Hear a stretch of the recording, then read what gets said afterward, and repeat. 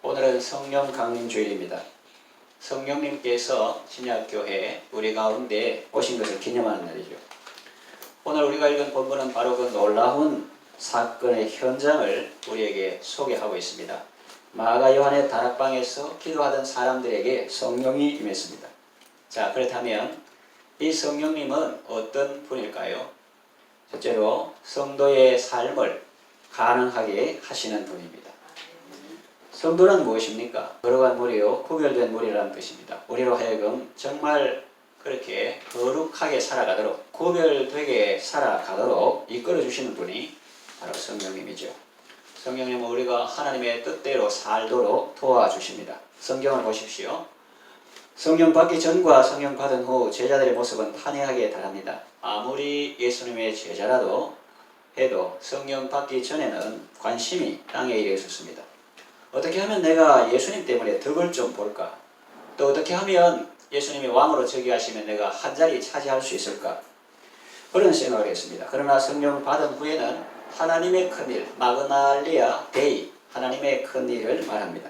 그리고 말하는 것도 자기 마음대로 말하는 것이 아니고 성령의 말하게 하심을 따라서 말합니다. 그래서 성령 받기 전과 이후에 관심도 다르고 말하는 것도 다르죠. 그래서 들은 사람들이 말합니다. 우리가 다 이 사람들이 하나님의 큰일을 말하는 것을 듣게 된다. 그렇게 말했습니다. 또 말 내용도 사랑과 용서와 축복의 메시지를 선포합니다. 성령 받기 전에는 유대인들을 두려워해 모인 곳에 문들을 닫아놓고 있었습니다. 그러나 성령 받은 후에는 문을 박차고 나와서 모인 사람들 앞에서 담대히 복음을 전합니다. 또 그 마음 상태가요, 성령 받기 전에는 원망과 분노와 복수의 사람이었습니다. 예수님의 제자라고 해도 보통 사람과 다를 바가 없었습니다. 어느 날 전도하러 가는데 유대인들은 사마리아인과 잘 상조하지 않고 그 사람들은 아수르에 멸망한 다음에 민족 이동 정책을 써서 씨를 말리려고 아수르가 유대인들은 저 북쪽에 알라, 고산, 하볼, 하숫가 이런 데 갖다 놓고 그쪽에 있는 사람들을 이쪽에 갖다 심어 놓으니까 혼혈족이라 해가지고 유대인들은 사마리아 사람과 상종하지 않고 갈릴리에 갈 길이 있어도 요단강을 건너서 이렇게까지 보통 잘 안 가는데, 그런데 예수님께서 그들을 사랑하셔서 전도할 그 동네에 가는데 사람들이 주님을 거부하는 거예요. 그래서 제자 중에 불같은 성격을 가진 제자가 주님, 제가 하나님께 기도해가지고 이 예수님 와서 전도하고 복음을 전하는데 거부하는 이 인간들을 하늘에서 불이 내려가지고 살아버리게 할까요?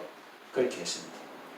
세베대의 아들들이 별명이 우레의 아들들인데 그렇게 말했습니다. 그런데 예수님께서 우리가 전도하러 와가지고 너 무슨 말을 하노? 그렇게 하셨죠. 그랬는데 성령 받으면 감사와 사랑과 용서의 사람이 되었습니다. 그리고 요한은 사랑의 사도가 되었습니다. 또 야고보는 사도 중에서 제일 먼저 순교자가 되었습니다. 무엇이 이들을 이토록 변하게 하였을까요? 성령입니다. 좀 전에 살펴본 것 같이 그들의 관심과 말과 마음 상태가 성령 받기 전과 받은 후가 많이 다르다는 것을 제가 말씀드렸습니다. 성령께서 성도의 삶, 즉 구별된 삶, 거룩하게 사는 삶을 가능하게 하셨고 또 제자의 삶을 가능하게 하셨습니다. 성령은 불로 묘사되었습니다. 물론 성령은 물질이 아니고 피조물이 아니죠. 그러나 인간 세상에서 사람들이 알아듣기 쉽게 피조물 중에서 그렇게 불로 묘사한 것입니다. 불은 어떤 성질을 가지고 있습니까? 어둠을 밝히지요. 그리고 더러운 것을 태워버립니다. 그리고 그 열로서 사물을 뜨겁게 합니다. 이와 같이 성령은 우리의 어두운 심령을 밝혀주십니다. 그리고 죄의 뿌리를 소멸해 버리십니다. 그리고 우리의 마음을 뜨겁게 해주십니다. 그래서 죄를 미워하게 하시고 영혼을 사랑하게 하시고 주님을 향하여 불타는 마음을 주시는 것입니다. 여러분 모두 성령님이 함께 하심으로 참 성도의 삶을 누리시기를 바랍니다. 아멘. 아름답고 역동적이고 성령의 열매가 가득한 그런 복된 삶을 살아가시기를 바랍니다. 아멘. 두 번째, 영원토록 우리와 함께 하시는 분입니다. 예수님께서 성령을 보내시기 전에 미리 제자들에게 이렇게 말씀해 주셨죠. 요한복음에 14장 16절에 이렇게 말씀했습니다. 내가 아버지께 구하겠으니 그가 또 다른 보혜사를 내게 주사 영원토록 너희와 함께 있게 하시리라 그랬습니다. 예수님은 이 땅에 계실 때 보혜사였습니다. 보호하고 은혜를 베풀어 주시는 스승이셨어요. 그래서 제자들은 예수님과 함께 있을 때 매우 행복했습니다. 배고플 때 먹여주셨고 또 병들었을 때 고쳐주셨고 베드로는 장모가 열병으로 누웠을 때 예수님 모시고 오니 예수님께서 치료해 주셨고 또 제자들이 외로울 때 친구가 되어주셨고 박해받을 때 보호자가 되어주시고 울타리가 되어주셨고 또 방패가 되어주셨습니다. 다 막아주셨습니다. 그런데 이제 예수님이 그들을 떠난다고 하니 그들은 근심이 가득했습니다. 요한복음 16장 5절 10절 보면 지금 내가 나를 보내신 얘기로 가는데 너희 중에서 나를 어디로 가는지 묻는 자가 없고 도리어 내가 이 말을 함으로 너희 마음에 근심이 가득하였도다. 그러면서 실상을 말하는데 내가 너희에게 실상을 말하오니 내가 떠나가는 것이 너희에게 유익이라. 이런 말씀을 하십니다. 떠나가는 것이 너희에게 유익이다. 내가 떠나지 아니하면 보혜사가 너희로 오시지 않을 것이요 가면 내가 그를 너희에게로 보내리라 그랬습니다. 그래서 성령님은 예수님이 보내신 또 다른 보혜사입니다. 그리고 이 보혜사 성령님은 영원토록 우리와 함께 하십니다. 할비는 성령에 대해서 이렇게 말했습니다. 성령은 예수님을 우리와 연결시키는 고리와 같다. 그렇습니다. 부활 승천하시고 하늘 보좌에 앉으신 예수님은 성령을 보내사 그 성령 안에서 세상 끝날까지 우리와 함께 하시는 것입니다. 아멘. 그래서 우리는 이렇게 찬송합니다. 예배 후 설교 후에 부른 찬송인데 내가 매일 기쁘게 순례길 행하면 주의 팔이 나를 안보하며 내가 주의 큰 복을 받는 참된 비결은 주의 영이 함께함이라. 성령이 계시네 할렐루야 함께 하시네. 좁은 길을 걸으며도 항상 기뻐하는 것은 주의 영이 함께함이라 그랬습니다. 그리고 언제나 우리와 함께 하시는 성령님은 또 어디서나 우리와 함께 하십니다.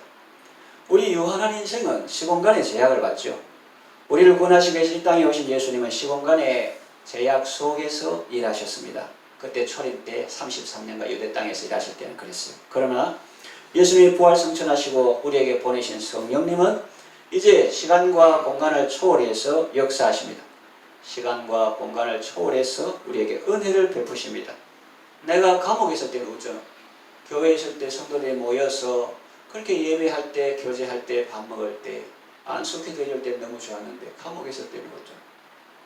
내가 감옥에 있을 때에도 함께 하십니다. 내가 병상에 누워있을 때에도 함께 하십니다. 내가 기도할 때 수천 수만리 떨어진 나의 자녀에게도 하나님께서 은혜를 베푸십니다.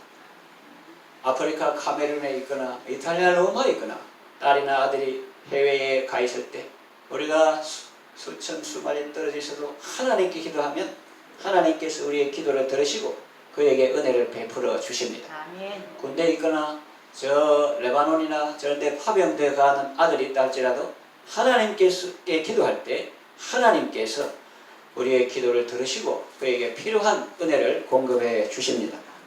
우리는 여기 있으면 저기 못 있고 거기 가면 여기 있을 수 없지만 성령님은 그렇지 않습니다. 문을 닫아 놓은 곳에도 얼마든지 들어오셔서 구원해 주시고 깊은 감옥 홀로 있을 때에도 함께 하시며 절망을 기쁨으로 바꾸어 주시며 찬송하게 하십니다. 언제나 곁에서 사랑스러운 음성으로 불러주십니다. 아무개야 그렇게 불러주십니다. 그래서 파라클레토스죠. 성령님이 파라 곁에서 클레토스 콜 택시할 때 그 클 부른다. 파라클레토스 곁에서 부른다 하는 그런 뜻입니다. 사랑하는 나의 목자 음성이 나를 언제나 불러주십니다. 이 땅에 오신 보혜사 예수님은 육신의 몸으로 시공간의 제약 속에서 일하셨지만 이제는 부활 승천하시고 하늘 보좌에 앉으셔서 온 우주를 다스리십니다. 여기에 대해서 좀 더 자세히 알고 싶은 분은 지난 금요 밤 기도회 설교를 두 분을 통해서 또 들으시면 되겠습니다. 온 우주를 다스리십니다. 그의 성령을 보내어 전 방위적으로 또 전 세계적으로 동시에 역사하시며 시공간을 초월해서 역사하십니다. 성령님이 우리와 함께 하십니다. 아멘. 언제나 어디서나 함께 하십니다.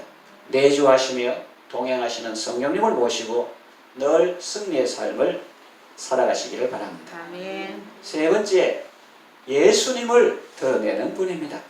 33절에 보니까 하나님이 오른손으로 예수를 높이시며 그가 약속하신 성령을 아버지께 받아서 너희가 보고 듣는 이것을 부어주셨느니라 그랬죠. 성령님은 예수님께서 보내셨습니다. 그래서 성령님은 예수님의 영입니다. 예수님을 드러내고 예수님을 자랑합니다. 그런데 오늘날 성령을 받았다 하면서 예수님을 드러내지 않고 자기를 드러내는 사람이 있는데 그들은 가짜입니다. 스스로를 가리켜서 나는 불의 사자다, 능력의 종이다 하면서 자기를 지켜 세우는 사람은 성령을 욕되게 하는 사람입니다. 그 사람은 사람들을 속이고 자기도 속는 사람입니다. 지금은 잘 모를 수 있어요.